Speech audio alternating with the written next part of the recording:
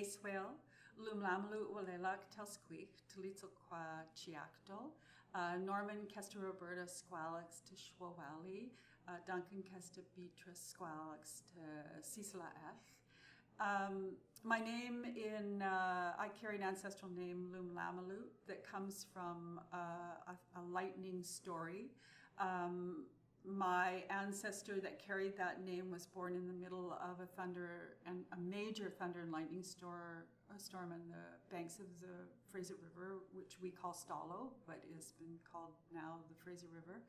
And she was a twin to Wealick the fifth, and he was born 1 month earlier on the banks of the Vedder River area. And then they were down there preparing fish, and out she popped. And so I don't know the exact translation of the name Lumlamelut, but she's buried just like a half a block from where I live, and she worked tirelessly for the community, and she never married, and she helped her brother because he was one of the great leaders of the time. So, and Wee Lay Laq is my father's name. In English, it's Wealick, but I've always used the Wee Lay Laq name, which is in Up River Halq'emeylem. And my father is Stahlo, or considered Stahlo or Stahlo, they say it in different ways, from Tzeachten, which means fish weir, and because we had a big fish weir, a river ran through there at one time. And we originated from Chilliwack Lake, and we were the caretakers of that lake. There was 2 villages, one on the south and one on the north side. And all of it said that all of the xWlāms, or the doctors and healers, would come from all of what we now consider Salishan territory, from like Montana and up in the interior of British Columbia, Vancouver Island, and they'd all go there to practice and encourage their spiritual connection and powers, and gain strength from this area. And they have what's in the lake called water babies, which are supernatural beings that reside in there. And it's a very special, powerful lake. So over the course of about 250 years, we migrated down the valley, what's now called the Chilliwack Valley, into Stahlo territory. And Stahlo, of course, again means river, so it's people of the river. And my grandfather, well, first of all, the reason we moved was because of geographical changes that were taking place. There was a lot of landslides and a lot of shifting and moving, and so of the earth. And so that caused us to move down and get further and further into the Stahlo.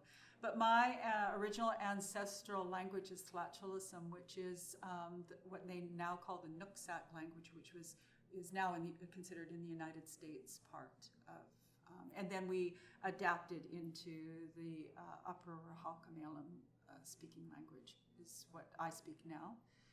And the story I was telling you was about xWlā, who is one of our transformer stones, and I'm one of the 12 grandmothers who take care of him. And he speaks to me. So people will send me to him and sit with him, and they'll ask sometimes questions that they would like answers from him. And so he was given as a marriage gift, and he traveled from the Chilliwack Valley through marriage down into the Sumas Kilgard area, is what it's called now. And originally there was a giant lake that supported the well-being of the indigenous people there, the Sumath people they're called, or Sumas people. And he lived there until the turn of the century. There was a lot of vigilante activity happening from the States. People were coming up and they were hanging the indigenous people. And one notable person was the lynching of Louie Sam, which is very highly documented. So everybody scrambled to get away from all of that, and they moved up into the mountains, further north and up into the mountains, to hide from this kind of horrible activity.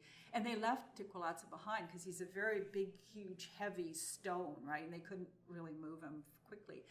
And so what happened was some people from across the line in the Western Washington state, it's now called, saw him and didn't know what he was. And so they took him into a shop that had curiosities, and they charged people 25 cents to see all these curiosities, and he was one of them. And he sat there for a number of years until some ladies came from the Burke Museum, sort of like friends of the Burke Museum. It was a ladies group, and they said, wow, this guy's really curious. Where'd you get him? So they told him the story, how he got there. And they said, well, you know, would you ever consider giving him to the Burke Museum, which is in Seattle? And so off he went on his journey. He went down to Seattle, and he sat in there in the basement, much like we are here. And he sat there for years and years until one of our anthropologists went down there to do some research and saw him in the corner. And he was just sitting there, and he said, that's like xʷməthkվəy. So they started one of the first repatriation processes to bring him back home. And they took him from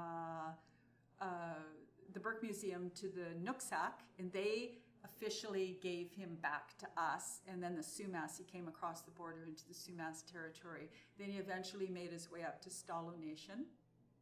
And while we were doing the work around that, I was sitting with my dad at one of these meetings, and all of a sudden I heard, and this is why people send me, because I can hear him sometimes, he'll say stuff. And so he said, all of a sudden I heard this voice in my head, and it said, I need a cape. And I looked around and I said, Dad, did you just tell me you needed a cape? And he said, no, I didn't say anything. And I said, okay, this is very strange, right? So I asked myself, like, what kind? Like out of cedar, out of wool, and not out of wool, but cedar. And so I afterwards, I went up to the person who was like the leader of the conversation, and I said, okay, this happened to me. Should I make a cape? And he said, well, I guess so. If that's what he's calling for, you better get busy, right? So I had no idea how to make a cape, but I had a really big Salish loom because I was learning how to weave swaketh blankets. And so I thought, well, if I just get the cedar, I can just hang it down and just weave a loose kind of basket weave, and then we can wrap that around him to travel in.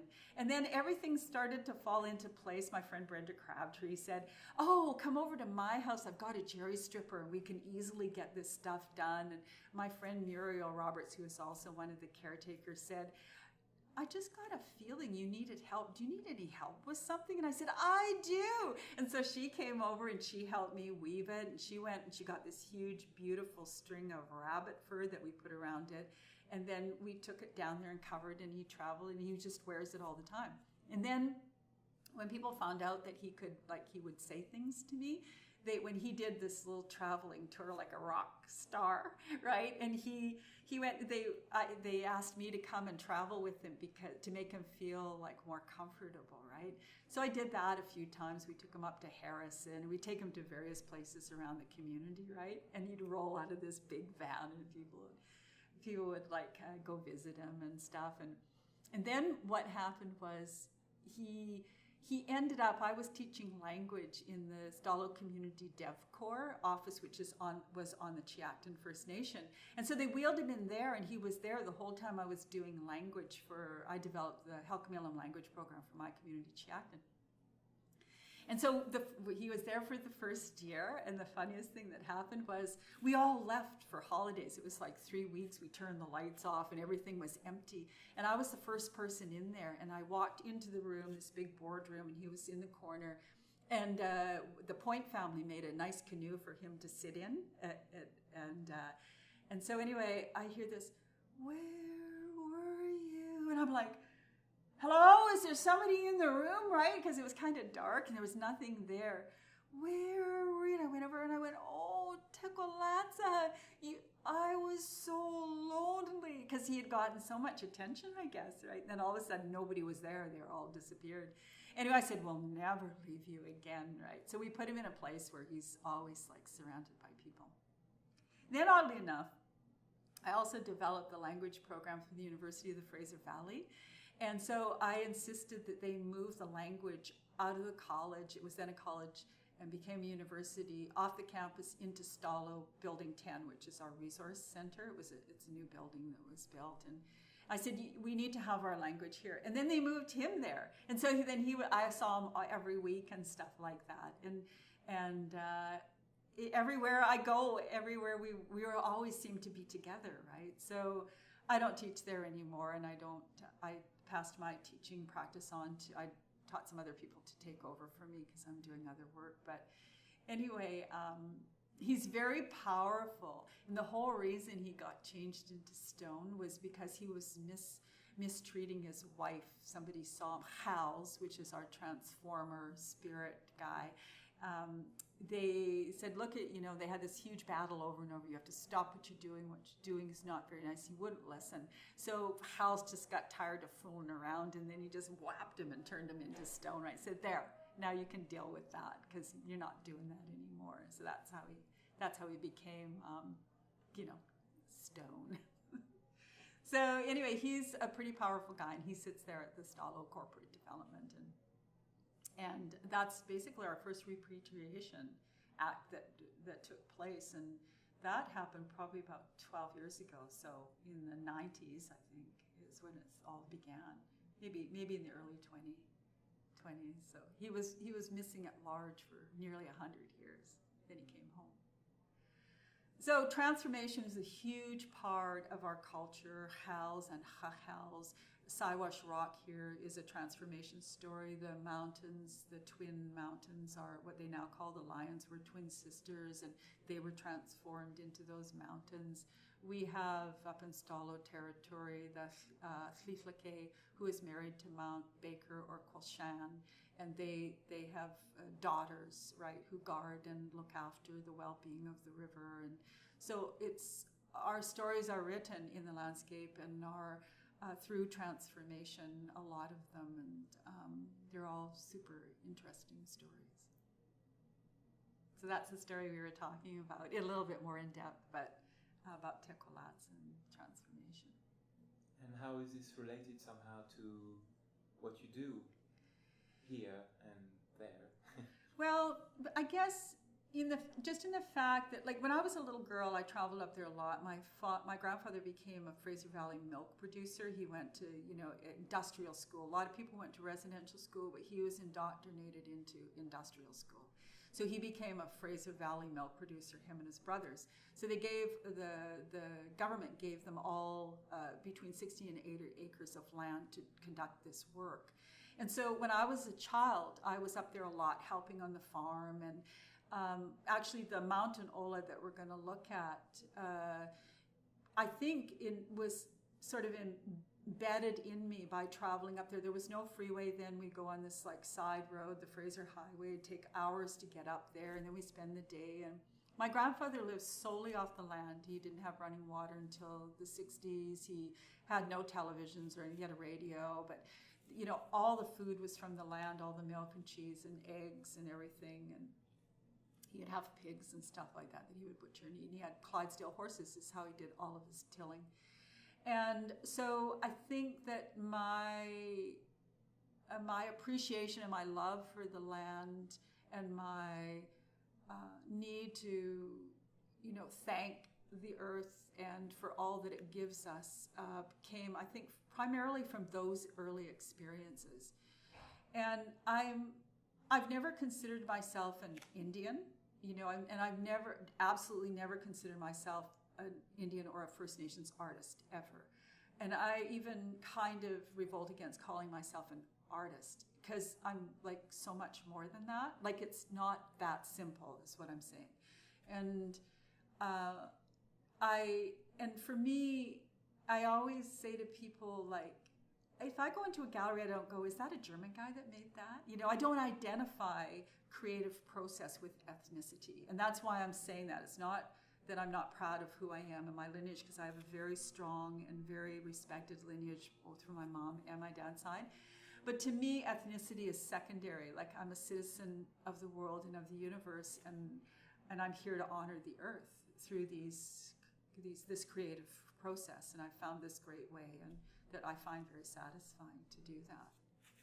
Yeah, so I think it's funny that, but if you Google me, for example, that's all it is. I'm Salish, I'm Kwakwaka'wakw, and that becomes the story, right? But that for me is, I've never ever promoted myself that way. I've just said, I make pottery. It's just as simple as I work with the earth, right? That's it. It's nothing more than that.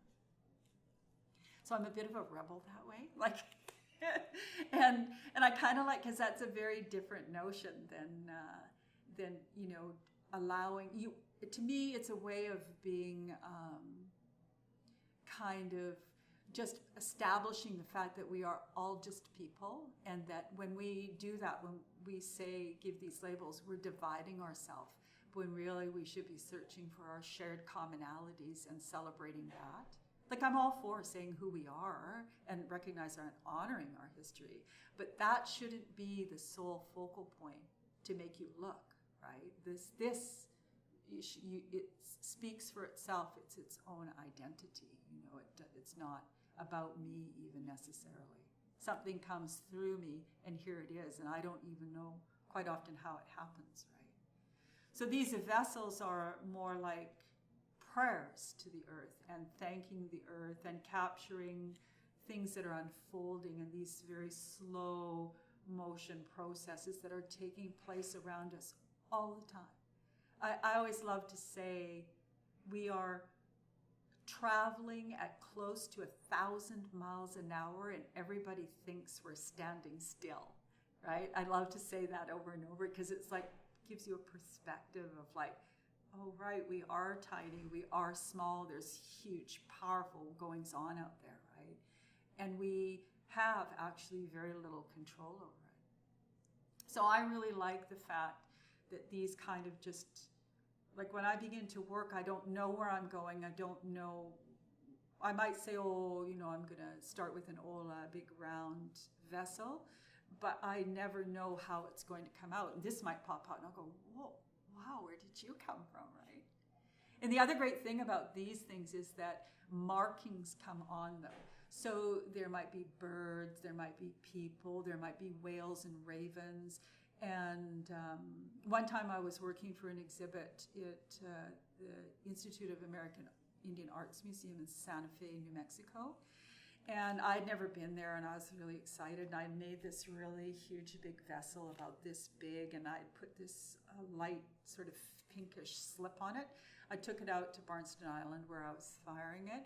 And when it came out, there was this woman who was sitting on her side, and she was tending like a fire that was coming up. And all behind it was these big, flat, what I learned were like mesas. And I thought, wow, look at that. And so I took it down. It was the last piece, and it was put on exhibit. And the fellow, the Cornsteins at the Bellas Artes Gallery, who helped, that's the first time they saw it, and I became part of their stable of artists as a result of the show. But when they saw it, they said, wow, there's a woman. It was called The Lady in Waiting, but it's like, they said, look at that woman sitting there. And everybody, I'd put it on the table in my studio, and they go, there's a person sitting on there. So it's not like I'm like making up a story, right? This stuff kind of just appears, and it's like, oh. Or another time we were firing, and a huge owl started barking like a dog. And my mom was with me. She's really close. We're very, very close. She travels a lot with me. And I said, Mom, what the heck is that? She said, oh, it's an owl, and it's a big owl. She said, it's sitting somewhere around here in the tall grass. She said, just wait, it'll lift up. And sure enough, it was just barking like, really loud like that. And I was like, oh, I've never heard anything like that. Sure enough, it was a big, huge barn owl, and it lifted up, and it flew right over us. And the piece, there was only one piece in there, had this beautiful owl right across it. That was pretty much the main marking that was on there. So for me, these works are spirit works. These aren't works of art. These are transformation pieces. My thing that I say is, just as I take from the earth, so must I give back. So it's inviting the elements, and I always say a calling to the stars and to the moon, to the sun, to the earth, and I thank them for being a part of this process of working with this beautiful, beautiful material. And then I never know how they're going to come out. They're not glazed, they're burnished or polished with these stones.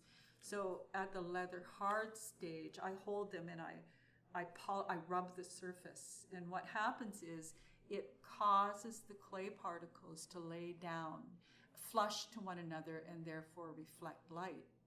And then I embed them in sawdust. inside and outside and up above them, and they can burn from 2 to 4 days very slowly. And the carbon that's emitted enters into the surface and even a little bit deeper than that, and it creates this smoke fire pattern that you can see, and sometimes this rainbow effect. So they're not closed off like a glaze closes it off. They're very, very porous. And I also use natural occurring clay, glacier clay from Alberta. The Plainsman Company puts that out. And so the clay bodies are blended to get different colors and things like that. So again, it's not a chemically combined clay that I make up. It's actually dug and mined, and then comes in these very smooth, the body that I use is very smooth, so when I burnish it. So they become very intimate, and I love, one of my most favorite parts is when you burnish it, kind of, when the stone glides over it, it kind of clicks. It's got a sound, and you can hear inside if they're round vessels, and they all have a certain pitch to them as well. Bob Dylan has one of my pots, and I wrote in this little note, I gave it to him, and I said, if you hum into it, find the key in it. And they really do. They have a real resounding sound that becomes a whole note, and it's very, the big olas do. So they're very lovely. But yeah. So it's a different way of looking at the earth and working with the earth and becoming part of that process. And so it connects me to that ethereal world, right? To a world you can't express or explain. And that's what I like about it. I like not knowing. I like being surprised and not always being in control of everything. And in that way, recognizing I'm a part of a bigger thing, right? Not just, I'm just not in it for myself. There's so much more to it, right, than that. So, long story. Do you want to talk a little bit more about the process of making these works? And Sure. Well, I'm a hand builder, so I don't throw in a wheel. I do use a thing called a banding wheel, which just is like a little stationary wheel that you can turn by hand. But I also make low dishes of clay that support the bottoms, because this kind of angle is difficult to make as a hand builder. And I'm not the kind of hand builder that uses, you might remember if you went to school and took art, you make these like what they called snakes or worms, right, where you would roll out coils. And I start that way, but I was taught by, one of my mentors was a fellow named Fred Owen. He was one of my instructors at college when I went to college. And he went one step further and taught me how to make these belts of clay. So I don't put round coils on top of one another and sort of paste them together with slip made from the clay. I actually take them and overlap them. And I then compress them lightly, and then I join them from the inside and from the outside, and then I pinch them together. So this one here, you know, is just, I would say, a good like 20 coils to get up to this point. And it's a slow, very methodical process, which is something that I really like too. I really am a solitary creature. Like, I love quiet and I love being alone. And so this is very demanding, because once you start, you can't really stop. And sometimes they take 3 or 4 days, or this one here might take a week of me working on it. And then you're never guaranteed that it's not going to like crack down here because of stress and drying points and stuff. You never know what's going to happen. But once they're finished, once I've done them, sometimes I use paddles to shape them. I use rubber ribs to help smooth them. I don't directly spray water on them. I spray water on the clay that I'm wedging to make the coil, but I don't ever water. What it does is it gets in and it loosens the clay body, and it can weaken it, and it wants to fall apart. So I use sponges to keep it damp, and I use t-shirt material to keep the rim from drying out and allow this to dry, see if I'm going to add another one on, and then I'll cover it with some plastic to keep it overnight. And so once I've finished making them, they have to dry until what's called their leather hard or bone dry, and then I will polish it. Sometimes if I've applied a slip, I start a little bit earlier to push the slip into the body, and that might take maybe 2 or 3 hours depending on the size, and then we'll hold off, set it aside, go back to work on another piece, and then burnish it again. So I might burnish it once or twice, and then I let it sit and dry very slowly. So that means in a cool, dry place. You don't want it to dry really fast. And then I put it into a bisque kiln at 017 so that the burnish stays. And then from there, I take it out and I go to all my cabinet makers and I beg them for sawdust, right? And so I get a combination of hardwood and softwood and different textures, some very long, thin, and some powdery, so that it burns slowly and evenly over the course of a couple of days. And what I have is a very simple a red brick box. That's all it is, with a tin cover. And sometimes I stack things on top of one another. I might put in 4 pieces depending on the size, and then I bring the sawdust up over them about this much, and I lay in layers of newsprint, and then I start the corners of it and let the newsprint light the sawdust, and then it burns down, hopefully evenly and slowly over the 2 to 4 days. And then when you open it up, there's no sawdust left at all. Maybe a little tiny bit on the bottom, but it all burns even from the inside. And then these are there. And it's like, ooh, wow, look at that, right?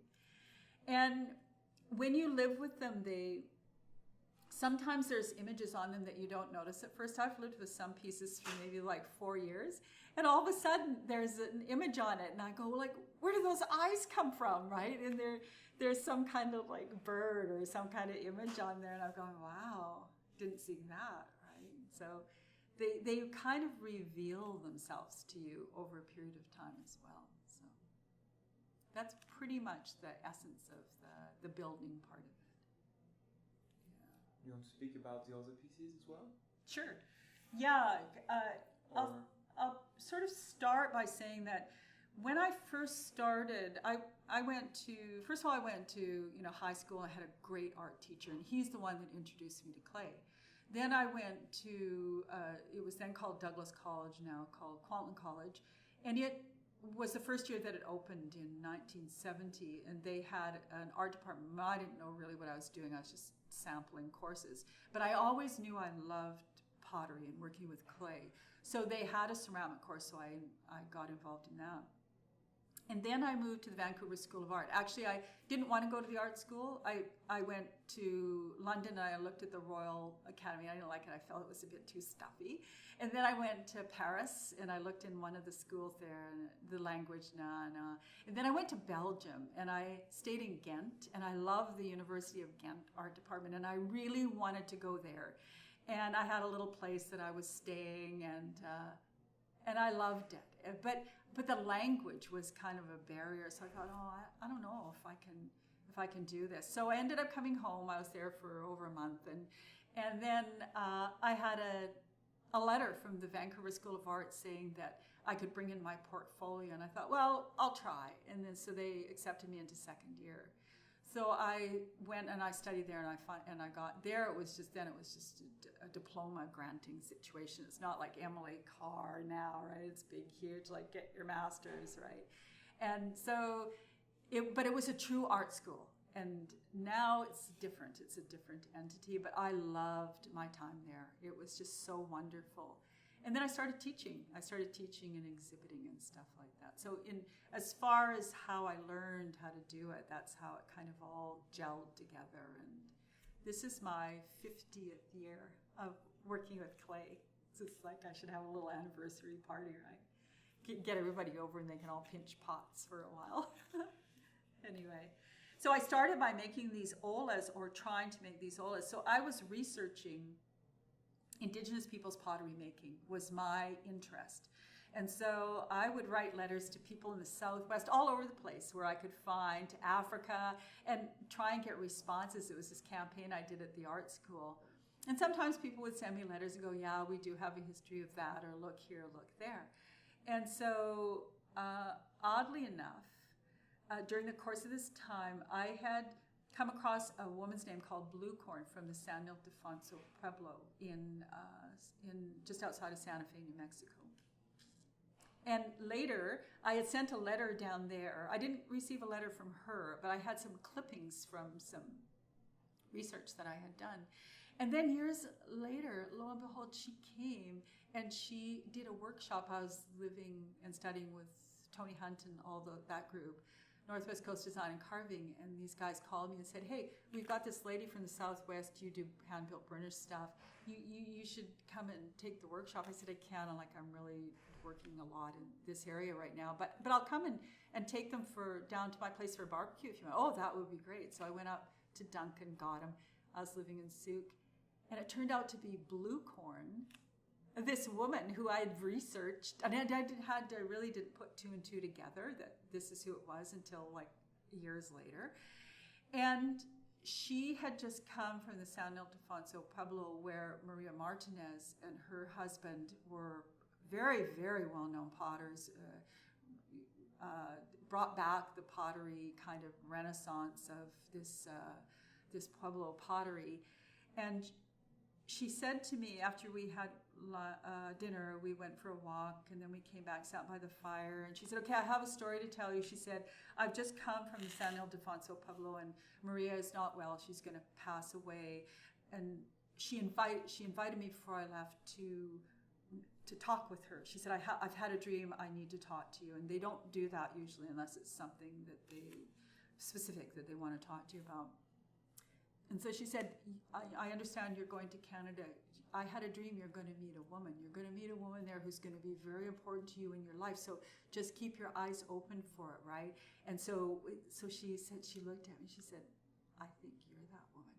And this comes from a huge, long line of and I was just so moved. I started crying. I was so moved because I knew who she was. She just makes these most remarkable vessels, right? And Blue Corn did as well. So the way spirit works in very funny ways, right? And I'm not talking spirit in a religious sense. I'm talking about this ethereal way that we are connected through energy, right? And so stuff happens that you kind of go, wow, that's kind of weird how that worked out. So she became one of my mentors and very close. I went and lived in Hawaii for 10 years, and I brought her over there to do workshops and stuff. And she was a wonderful, wonderful woman. And she did so well at her pottery making that she raised 10 children on her income. And her husband, who was a really fine silversmith, quit his job and started assisting her, right? Because she had so much orders and stuff. So she was a really great influence in my life. And she eventually adopted me into the San Ildefonso Pueblo as her daughter. So I was just so honored, right? The way everything turned out. Yeah. Stories. My life has been just an incredibly blessed life. It's carried me. Something has carried me. My dad says there's angels that are following me around and that kind of guide me, right? And I'm the kind of person who says, I gotta have $10,000. I need a new car. Where am I gonna get it? And all of a sudden, within a month, somebody will say, I need you to do something for 10 grand. And I'm like, oh, thank you. So I live by my wits, right? I'm not really into money, yet I have everything in the world I could possibly want. Mostly people have given me stuff. So I'm like this, by the grace of whatever, I'm just carried through life. And I have this just amazingly wonderful life. So I'm so thankful. And this has taken me all around the world, to Italy and to Australia and to China. And so I'm super thankful. It's just been a very unusual, exciting way to be part of it all. So the other work that I'm doing, I'll just step out here and bring this guy over here. And this is called a mountain ola. This one might be able to set on its own. We'll switch this.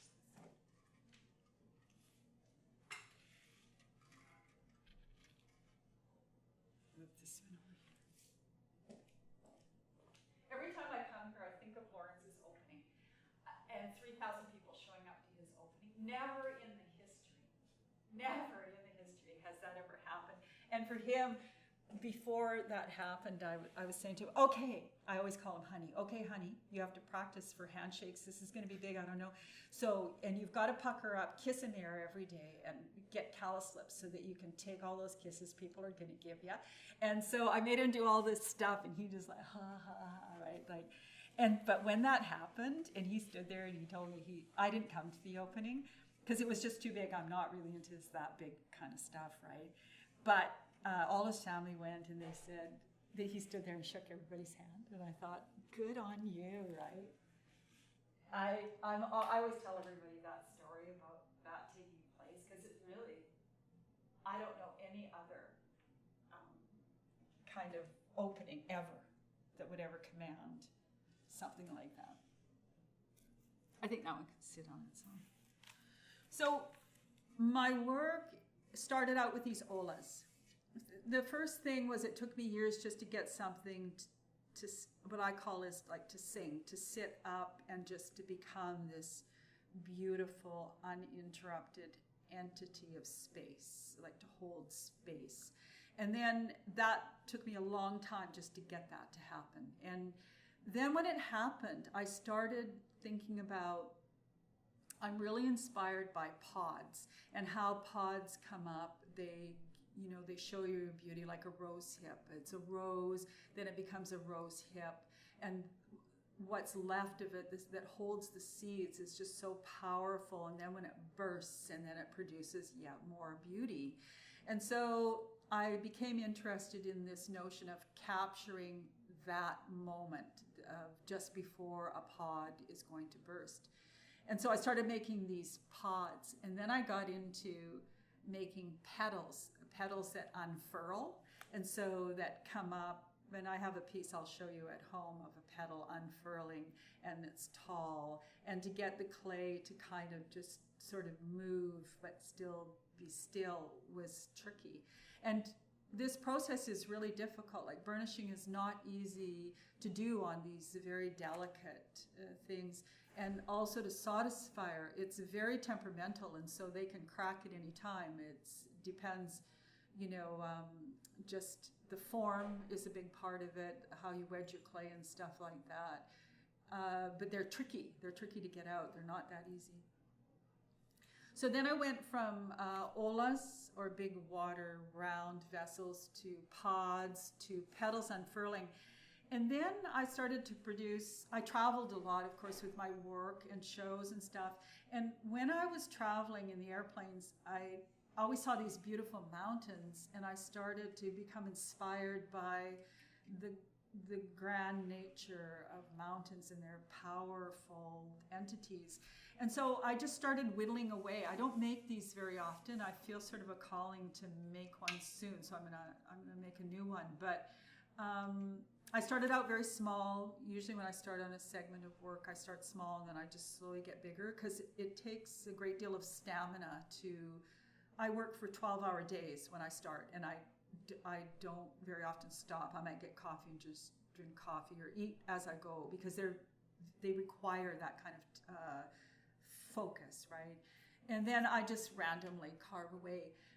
But when I moved back to Chilliwack, to where my father grew up, to the same land where he grew up on, I realized that whole area is one big bowl of mountains. And I thought, really, I think I've carried that from childhood. I think that driving in there and feeling that, I think that's really where these came from, these mountain oyas or olas.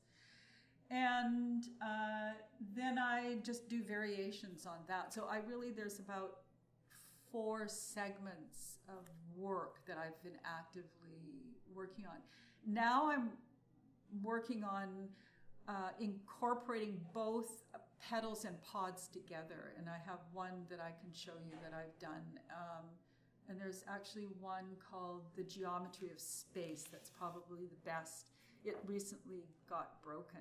My work, speaking of transformation, it brings about events that sort of take place that require people to work on things together sometimes. And sometimes it's around them breaking. And other times it's people have come in. The biggest thing I've ever made is 3 feet tall by 2.5 feet wide, which my mom has, which you'll be able to see. I have 2 big pieces like that. And I've only shown them twice, once at the Richmond Art Center and once at UBC, which is now called the Balkan Gallery. And I was standing there, and there was people around, and I walked up to see this big piece, and the lady that was standing there all of a sudden just burst out in tears. And it was very shocking, right? She just uncontrollably started. She said, "I don't know. I'm sorry. I don't know why I'm crying." And she didn't know it was me who made the piece, right? I don't know what's happened, but I can't stop crying. I've had other people tell me that, but there's something there, I guess, that they feel intuitively and find it very moving. And I said, it's okay. It's just the way it is. It's like these things have like spirit all their own, and they're working on you, right? Like they're doing something, and I don't know why. So when the geometry of space got broken by this guy who went in to photograph it, that brought about this huge, because it was the first piece of that, and the collector who had it just cherished it, right? And he just did a funny thing. He broke a couple of her pieces, and he emailed me and wanted me to make another one for some like $200 or $300 because he had no money, but he's happy to trade for like photos and stuff. And I said, you know what? Your issue isn't with me, and I'm not going to do that. You need to talk to the person who was part of their collection, right? Like, and that's what you have to deal with. So all these kind of funny little things, vignettes, start happening around. And other people have told me that I think it comes in because there's work that needs to be done. That's what the Indians around here say, right? That there's work that needs to be done, and you just have to like be intuitive about it and like get to work and get the work done, right? To sort of write it so that it doesn't get too off.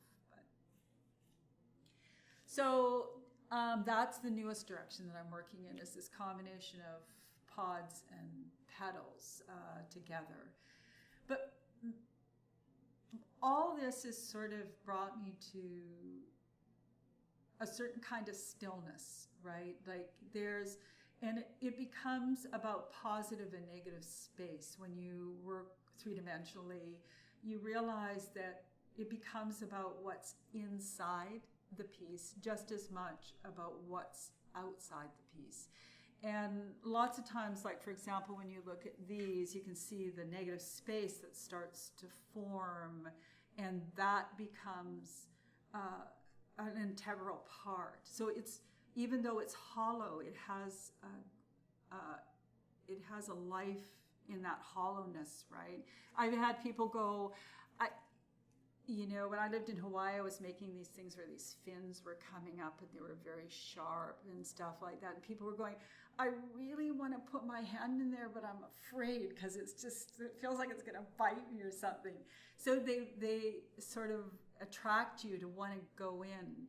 And as a 3-dimensional, having 3-dimensional concerns, I want your eye to go not just surface quality, but I want it to go like all the way around inside and then come back out again. It's not just about the externalness. It's really about capturing negative space is what I'm working on, and how that creates this external kind of thing.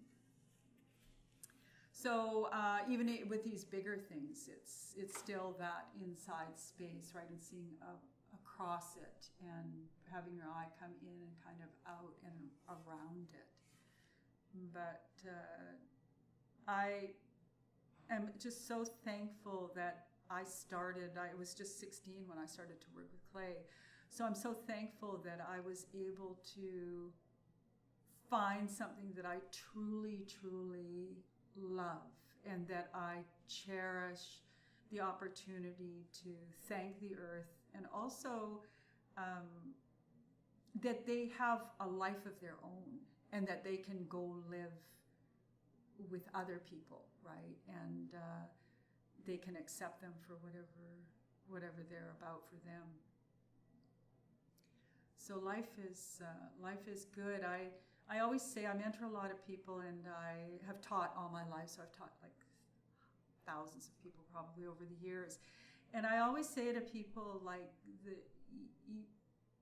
when you're born into this world, you're born with gifts. You're born with a gift, and it's up to adults to nurture that gift and to guide that gift. And basically, our children are our teachers. We're here not to make them conform, but rather to watch for their inner beauty, to encourage their gifts to come out so they can reach their fullest potential, their fullest sentient beingness, right? And it's so unfortunate that in this day and age, we don't do that with our children. We want to make them become a part of a society, and we don't accept them on their terms and just go, wow, look at you. Like, you've got this incredible stuff, and encourage that. And I was lucky. My parents did that for me. My parents never told me what I could or could not do. They just stood beside me and let me feel my way through life. And that is the hugest gift anybody can give to a young person, is to just be there as this guide for them. So I was so lucky and thankful, and I'm so thankful that I was able to do that. And I think that's part of the creative process, right? Is that you're given that gift and that opportunity to explore things on your own terms. So it's truly a wonderful experience to do that, and I'm really thankful for that. So that's pretty much me in a nutshell, in a pottery shell. But yeah. Is there any questions that you have? That's perfect, I think, yeah. I think there's one other thing I would like to add when I think about it, and that is, when I moved back to Chilliwack, I ended up being there by a quirky way. My parents were supposed to go there and build a house. My dad had a stroke, he couldn't, he needed to stay down here. And so I ended up there, and I became part of what's called social housing. My name came to the top of the list miraculously. I never wanted a house. I didn't want that responsibility. My mom kept saying, you need to have some stability. I want to know you're going to be safe. You're going to always have a roof over your head. So you should really take this opportunity. You can have the land that, Grandpa's land, and build the house there. And, I just think it's the right thing to do. So she talked me into it, and I ended up moving up there. And so when I went up there, I was sitting in this big, huge, empty house. And I said to myself, what do you want to do? Like, do you want to come and go and fly all over the world like you've been doing, which has been a really great life with your work? Or do you want to become a part of this community and honor your father and your ancestors who worked this land and became a part of the community? My dad was really a respected guy. They always wanted him to come back and become the chief. He was just really loved and thought highly of. What do you want to do? And I said, I need to honor my dad. So I did, and my life changed. My life changed very unexpectedly. I decided to set my work aside because I was really well established, and I thought, that's what I need to do. So I applied for a $10 an hour job at the band office, and I became the first ever clerk receptionist. And so that was connected to a big community center. So I got to know everybody, not only in Tzeachten community, but all of Stahlo Nation, because they would rent it for big events. And I became the girl who answered the phone, right? And I did that for 2.5 years. And while I was there, I kept getting these faxes. Learn your language over at Stahlo xWlá. Come and learn your language. And I thought, wow, I should do that, but I don't think I can. I don't think I'm smart enough to do that. It kept pulling and pushing at me and pulling and pushing at me, until one day I went, Laura, how are you going to know if you can do it if you don't try? So get out there and try. So I did, and as soon as I did that, the language got a hold of me. And I ended up going back to school to university, and I got an honors degree in linguistics and curriculum development. I set my career aside for like 20 years. I still did work, but that wasn't my main focus. I went to my community, asked them, they didn't have a language program. I developed the Tzeachten language program. After 10 years, I secured like a $10,000 budget, and we did all kinds of stuff together. I got enough for 2 classes a week. And I said, okay, it's time for you guys to get a new teacher. I have to do something else now, and you're perfectly capable of doing it. You need better and more experience. And so they did. They went and found a new teacher, and it's still going. 20-some years later, it's still going. And then as soon as I did that, the university, I was recommended, it posted a job for Halq'emeylem language it was then a college, became a university. And so I was asked to apply for the job. So I applied for it, got the job, and spent 10 years developing 14 accredited courses in Up River Halq'emeylem. And it's a program that I did with the elders. I studied with 6 fluent speaking elders. And so I don't consider myself the doer of it, like I'm the coordinator of this project with it's the elders' voices, and I can speak the language, not nearly to the degree that they can. But still that program exists, and it's still there. And then after 10 years, I said, okay, get yourself a new teacher. It's time for you guys for a new experience. But I still do a lot of mentoring. I mentor on Skype and Zoom, and I also mentor people just in creative ways, like through the arts and stuff like that. So I'm still very much a teacher and very active with the language, and do language projects for Emily Carr and stuff like that. But I'm no longer creating programs. It was exceptionally hard work. And I really had to set everything aside and it's like being a dog with a bone and going and just gnawing on it and just keep going, and dead tired, but I'm just going to keep doing it. I'm very tenacious when I start something.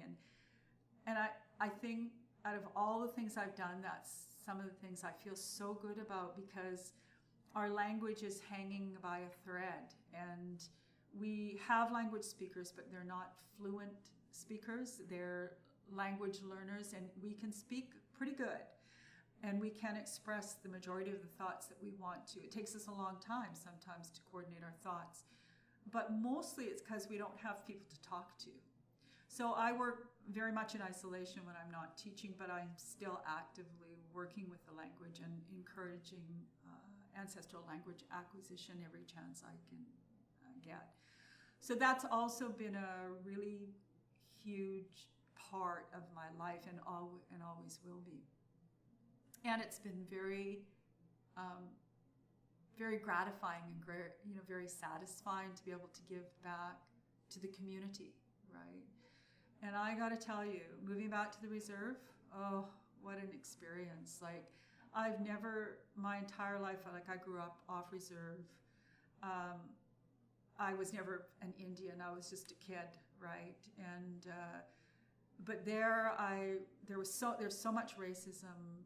There's so much poorness around, and it was a huge eye-opening experience to become a marginalized person, where I was never a marginalized person before. I had this big, wide-open life. And I really learned firsthand, and I always say, you can't really talk about Indigenous people unless you live with Indigenous people and you understand how still difficult it is to make your way and maneuver your way through this lifestyle in an easier way. So I don't believe in reconciliation, and I call it REC, like WRECK, and silly nation is what I say it is. Because I think that I have nothing to reconcile. Everybody else has to do the work, and it's up to you to figure out how you're going to do that. It's not up to me. It's none of my concern. I'm living with it every single day of my life, and I've learned to cope. So it's not my problem. It's very much your problem. And don't come to me and ask me to tell you how to resolve it. That's your problem too, right? So I'm not involved in any of that. I feel like it's almost a detrimental process. Like when we talk about missing and murdered women, it opens up these huge, scarring, gaping, hurt. People are crying in circles about the people they've lost. They write reports about and put all that money in there, but nothing's done. It's still going on and nothing was resolved except we're still sitting around in a circle crying about it. And I think that that's another form of hypocrisy, right? It's like, why are you forcing us to talk about and cry about this again? We've already done it for years and years, and now we're doing it in public, and holy, it's just not fair. So I don't get behind any of that stuff. But what I do is try and be positive and learn the language, learn the culture, learn the protocols and the things that need to be passed on, and try and help in that way, right? And so I'm not reconciling anything. I'm a firm believer, if you have to say you're sorry, like you just shouldn't have done it in the first place. Like that's what you need to deal with. And by saying sorry to me, all that does is make you feel better. Doesn't help me. And it's probably not going to help you. But so don't say that to me. Just get the job done, right? Figure it out how you can do it. And that's how things are going to become to a better balance, right? And that's the learning curve that people have to go through. And it's hard and difficult. It's not easy. But the work needs to be done, right? That's my little rant on reconciliation. But yeah, I stand really firmly. But I love people like Lawrence and Judy Chartrand who stand up and just call it, right? And it's harsh and it hurts. It hurts, but that's just an inkling of the hurt that's carried by so many Indigenous people. But I think too, you have to think big. Like, we are here, we're on a time continuum through the course of history and the universal time. And everything that is being done and has been done to us has been done to every other culture along the line. And everybody has experienced this. It's just that we're the newest kids on the block that have gone and have to go through this.